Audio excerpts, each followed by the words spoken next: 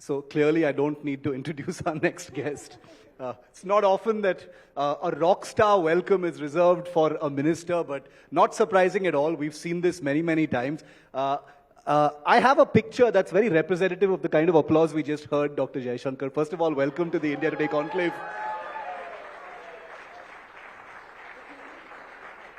Not only has this picture spawned a million memes, and you see it everywhere you go on social media, but, you know, for a minister whose every word social media hangs on to, everything goes viral, it really doesn't hurt if you look like this, because it just goes way, way wider. So I'm going to start with that image. Let's keep that image there, because not that people haven't seen it enough, but I want to keep that image on the screen. Dr. Jaishankar, it's not just a meme, it's not just an image. The things you say as India's external affairs minister resonate in the media, on social media. The things you say, apart from just your foreign policies and the decisions you've taken, your images go viral as well. What does that virality mean to you, sir? How do you read that virality?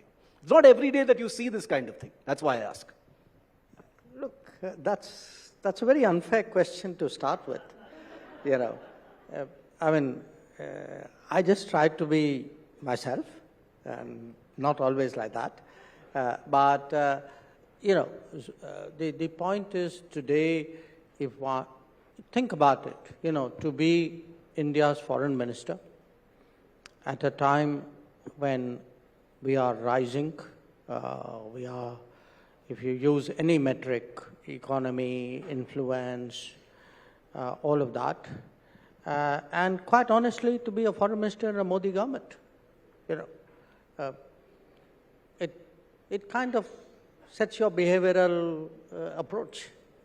Are you aware that there is this large audience hanging on to everything that you're saying, and, you know, applauding all the things you say? Oh, there's another Jaishankar zinger. He said something. 30 seconds from a 1 hour speech will just go crazy, viral, millions of views. Are you aware of that when you speak? I think you got to keep it in proportion, okay?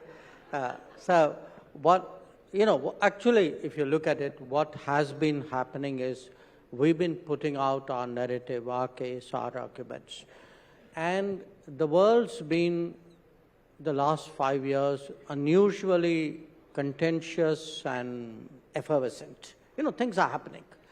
Things are happening, people make points strongly, and you end up in situations where you hold your ground, or you contest it, or you counter it, or you...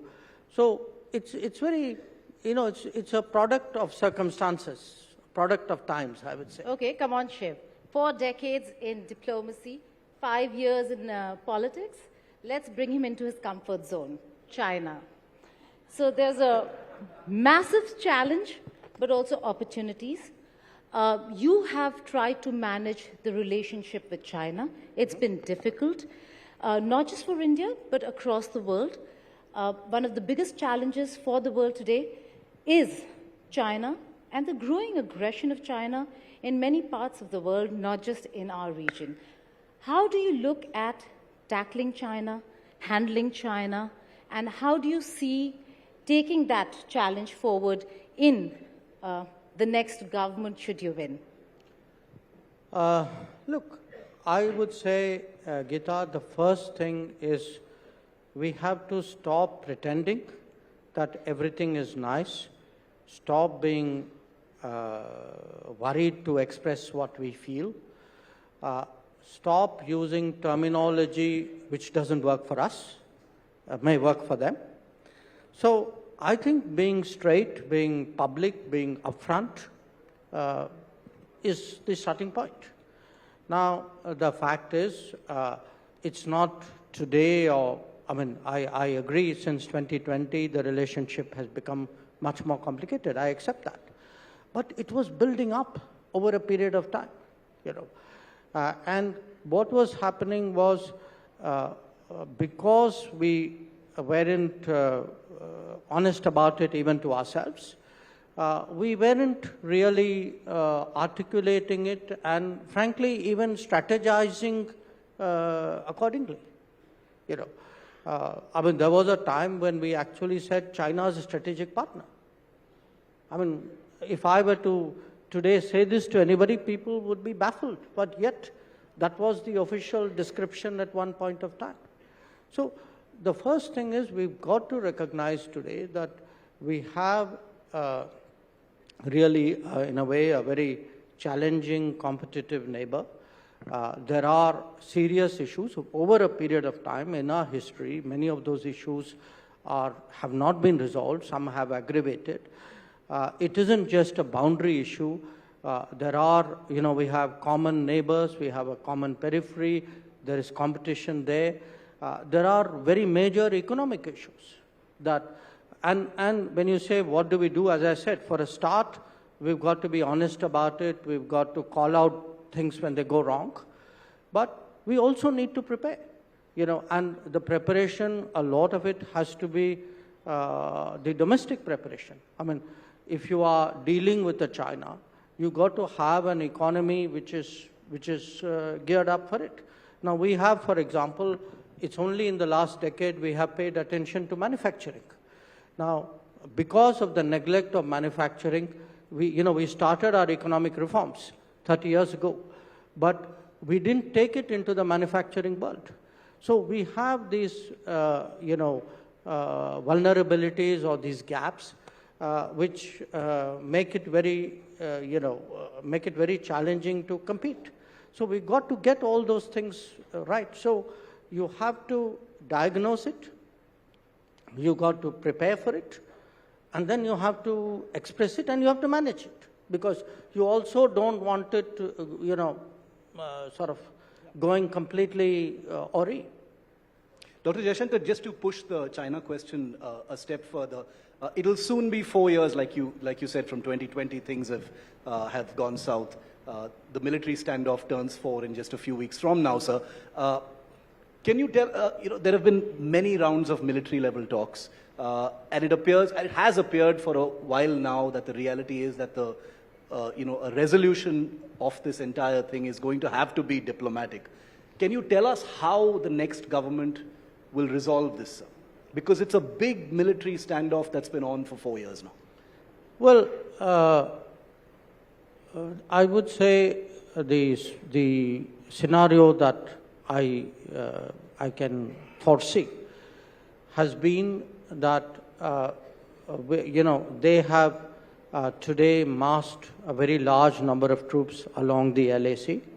So have we as a counter deployment. The resulting situation, and you saw that, in a way, unfortunately go wrong in Galwan, is when troops are very close up. There are all the dangers you associate with that. So the focus in the military discussions has been really about disengagement, so that very close up deployment of troops. Because remember, both of us are very forward deployed. This is not where, in the last many decades was our natural deployment. So how do we resolve that? How do we do it in a manner in which it works for both of us? There are issues related to patrolling, because when you are deployed that close up, then there are patrolling issues, obstruction issues, the workaround issues, all of which adds to a very complicated matrix. Thereafter, there is the next round of issues, which is really what you would call de-escalation, which is the fact that both sides, we as a reactive posture, have brought very large number of troops with weaponry very, very close up.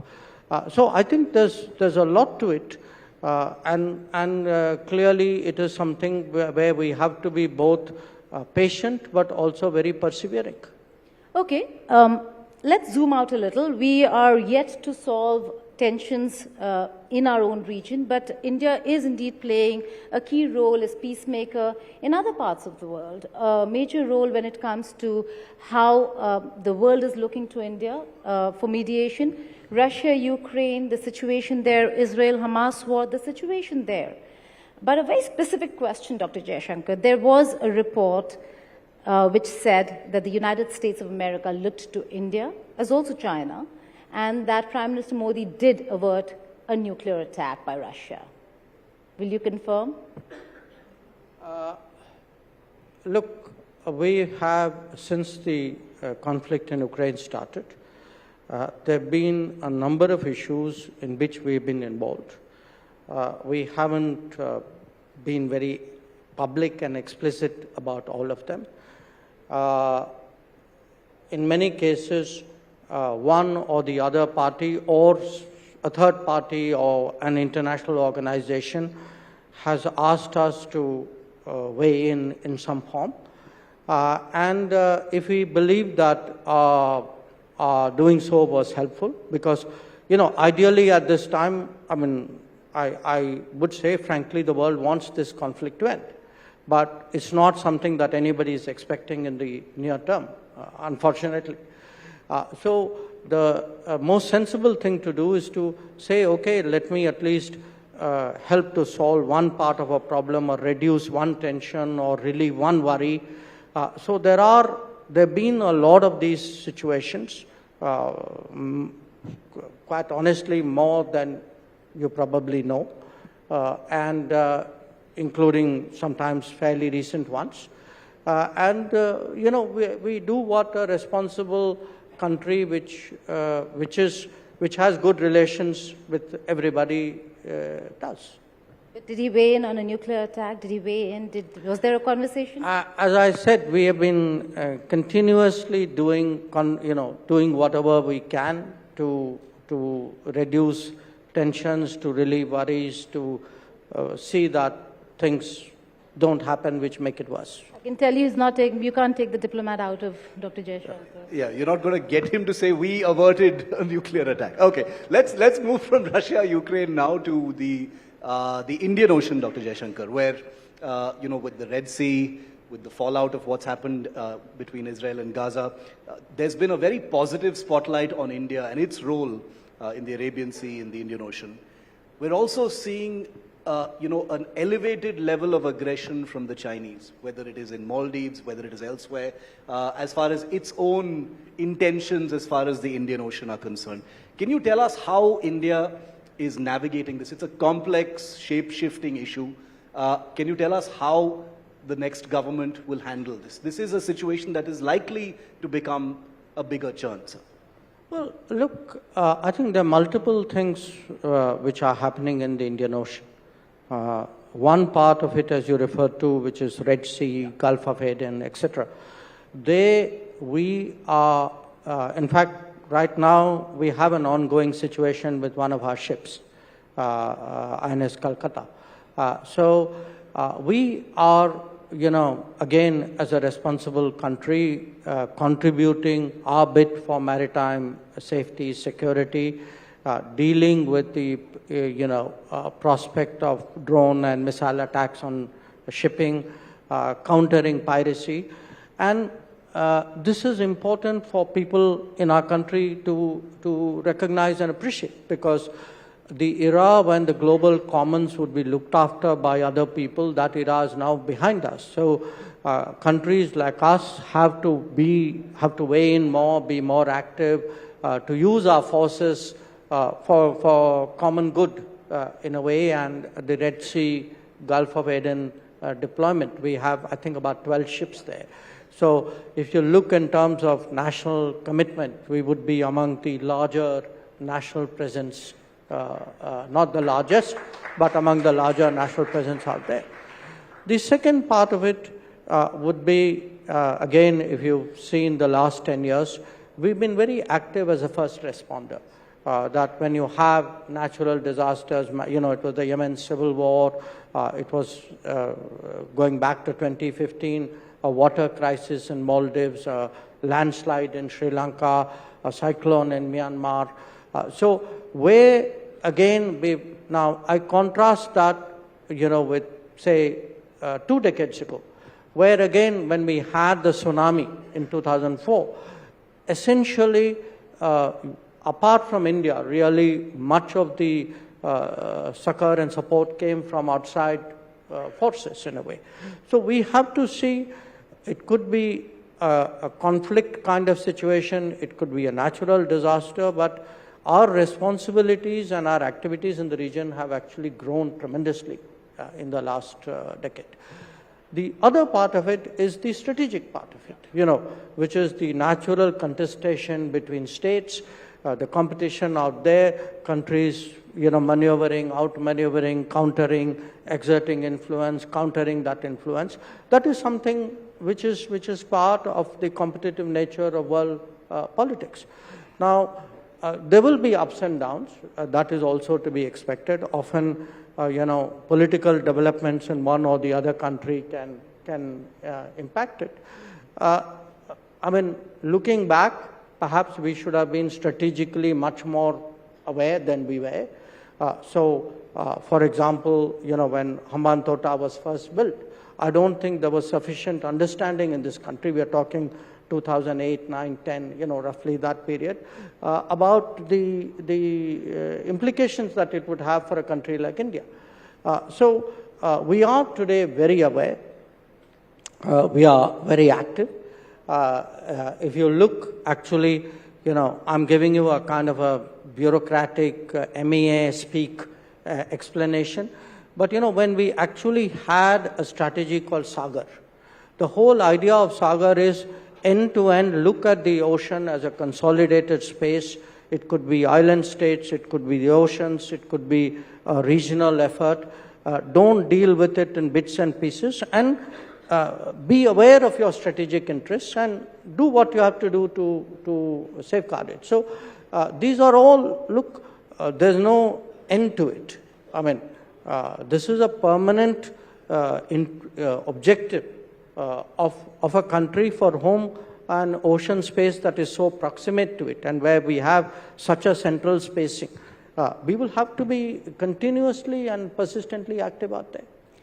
There's also concern, Dr. Jaishankar, when it comes to social media, how foreign policy is decided, not decided in the social media space today. Sometimes it's good. Sometimes we have false narratives being built in that space. How do you look at that? How does one counter that at a time when you have biases coming in? Various countries have their own perspectives. There's hypocrisy in how they see India's position on certain matters that don't suit their interests. How does one challenge and beat this? Well, look, I am paid to fix foreign policy. I'm not paid to fix social media. No, to be honest, nobody can fix social media. The nature of the platform is such that everything which you somewhat disapprovingly state is actually something which gets more eyeballs in social media. But what about the biases from international it will happen. I take it as a given. Countries. Look, I may not like it, but because I don't like it doesn't mean it's not going to happen. I assume this is a medium which is very angular, which is very naturally given to strong views, where the sense of being responsible for what you are posting is somewhat diminished. These are the facts of life with which we operate. So you counter it fairly rapidly. So the days when, let us say, the XP division of MEA could sit over something for a few hours or a day, etc., those are behind us. On the run, sometimes we see a tweet, we counter it, frankly, sometimes within minutes. But Dr. Jaishankar, you say you're here to fix foreign policy and not social media. But that's a constant side effect. Do you see that as, a kind of affirmation from millions of people who are listening to you as, Dr. Jaishankar, the External Affairs Ministry, busting narratives that have prevailed for a long time against India? We've seen this often, especially when you're abroad, when Western journalists have asked you questions, you have had answers that have, gone especially viral because it seems to bust a certain narrative. Also, the language of MEA has changed quite a bit, significantly so. It has. Well, look, we've adjusted to the times too. I mean, as I said, it's a reality.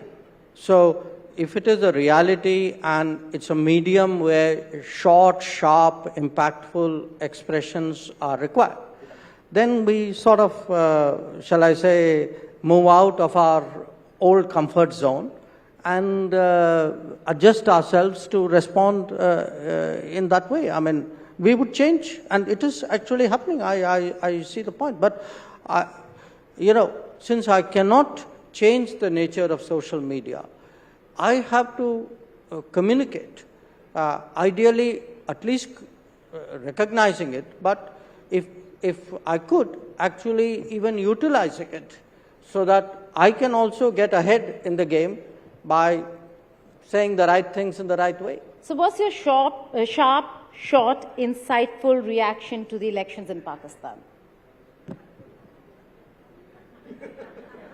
In 30 seconds. Does silence count? So, okay, I hope you're not going to be silent for the other election that I'm going to ask you about, which is the US election. We'll come to the other election right at the end, but the US election, Dr. Jaishankar, also this year, also a very interesting one to watch. The Republicans, the Democrats, Biden, Trump. Give us an inside view of how a system prepares for this kind of thing. Good relations with the Biden administration, with Trump as well before that. How does the system here prepare for this?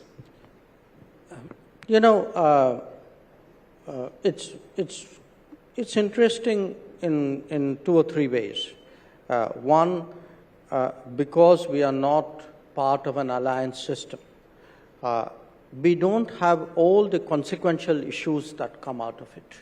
Okay, because if you look today at the world, and you listen in. I was in Munich, for example, at the security conference. So when I listened into the worries or the debates which people were having, a lot of it were actually the debates of the allies of America, and they were debating what could be the implications for the alliance if results go one way or the other. The second, which is in a way peculiarly us, was, we had a very difficult time in our America relationship in the 1960s, definitely 70s, 80s.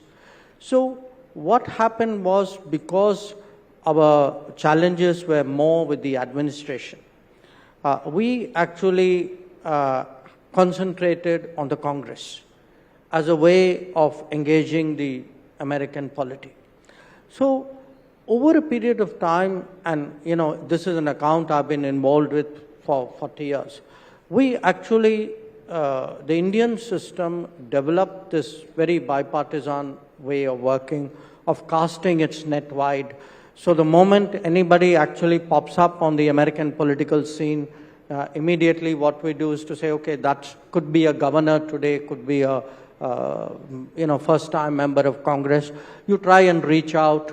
So it's one place where we have actually built a very, I would say, extensive culture of engaging and maintaining relationships.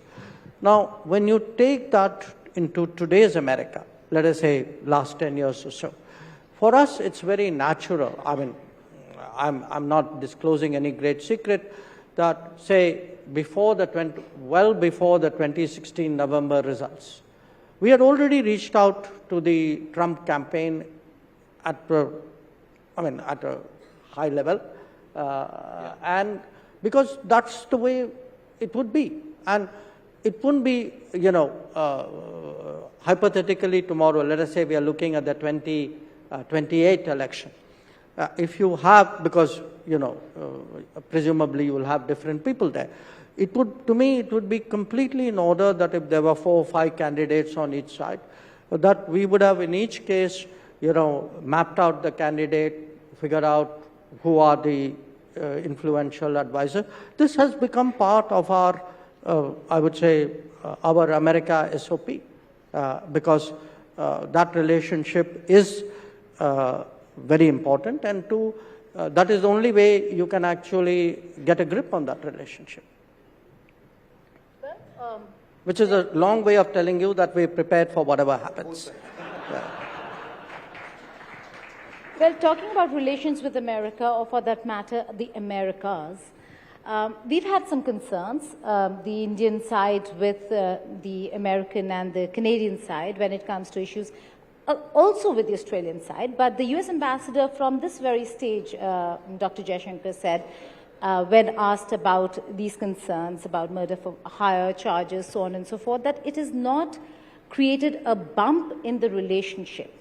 Sorry, what has not created a bump? These murder for hire charges, or the issues with regards to Gurpatwan Singh Pannoon or Niger, that it has not created a bump, but it certainly is something that they're going to follow through. How is India then really looking at the concerns that it has raised and the concerns that US and Canada now have with India?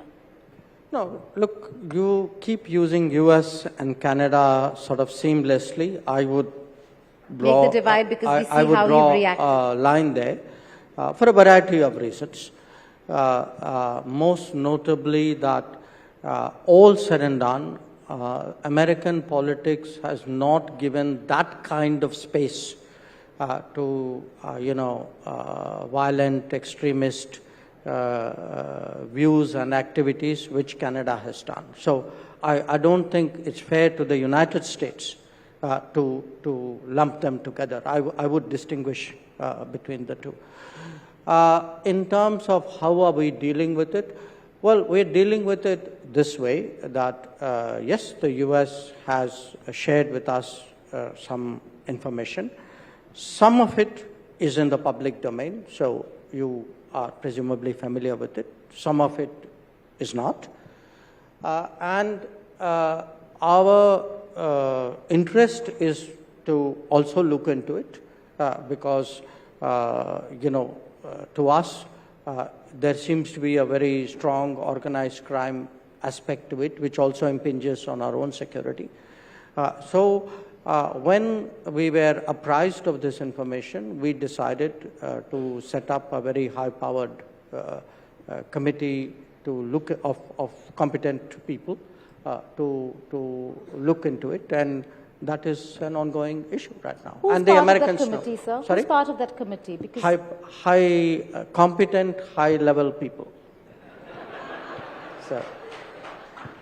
Okay, but can I just add and ask, because again, from this very same stage, US Ambassador Eric Garcetti also spoke about the other concern that now US has raised, and India said do not interfere in India's internal matters. That's the implementation of CAA. And he said that irrespective, we share certain values, we have certain values. You can question our imperfect democracy, and we also will continue to monitor and do so with regards to India. The fact that the cutoff date is 2014 and the people who've already come in are already in. Now, if we are looking at only Hindus, Sikhs, Parsis, Christians and not Muslims, is that not discriminatory, is what maybe the West is looking at. So how do you look at the Western view, or how the West is looking at the implementation of CAA? Well, look, I'm not questioning the imperfections or otherwise of their democracy or their principles or lack of it. I'm questioning their understanding of our history. Okay? I mean, if you hear the comments from many parts of the world, it is as though the partition of India never happened. And that there were no consequential problems which the CAA is supposed to address. So if you take a problem, remove all the historical context from it, sanitize it and make it into a political correctness argument and say, oh, I have principles and don't you have principles? I have principles too. And one of my principles is obligation to people who were let down at the time of partition. And I think the Home Minister spoke very eloquently on it yesterday. So the second is, I also have a problem when people don't hold up a mirror to their own policies. So if you say, oh, you are picking some faiths and not some other faiths. Okay, I'll give you a few examples of it. You know, have you heard of something called the Vanik-Jackson Amendment, which is about the Jews from Soviet Union? So you would ask yourself, why only Jews? Then there was the Lautenberg Amendment, which was about Christians and Jews, again 1989, Soviet Union. There was the Specter Amendment, which was a few years later, which was about Baha'is. It was about, there was a law which was about a particular ethnicity from Vietnam who were fast-tracked for citizenship because they had fought alongside the Americans. There was fast-tracking of Hungarians after the Hungarian Revolution. There was fast-tracking of the Cubans in the 1960s.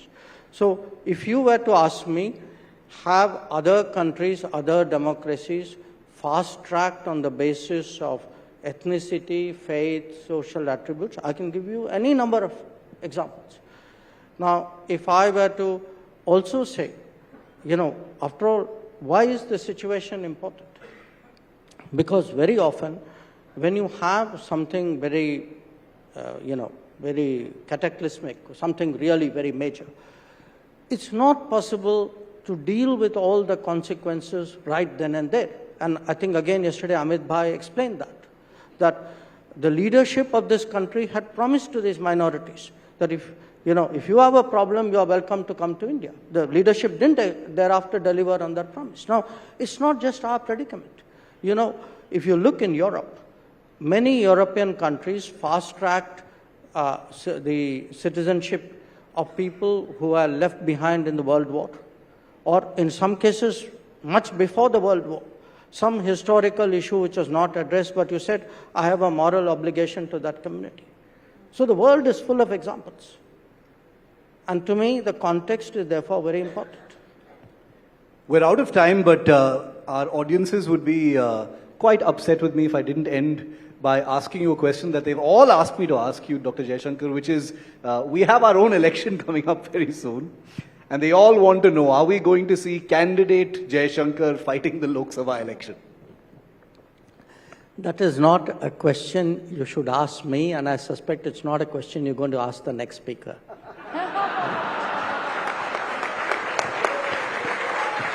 Dr. S. Jaishankar, ladies and gentlemen. Thank you, sir.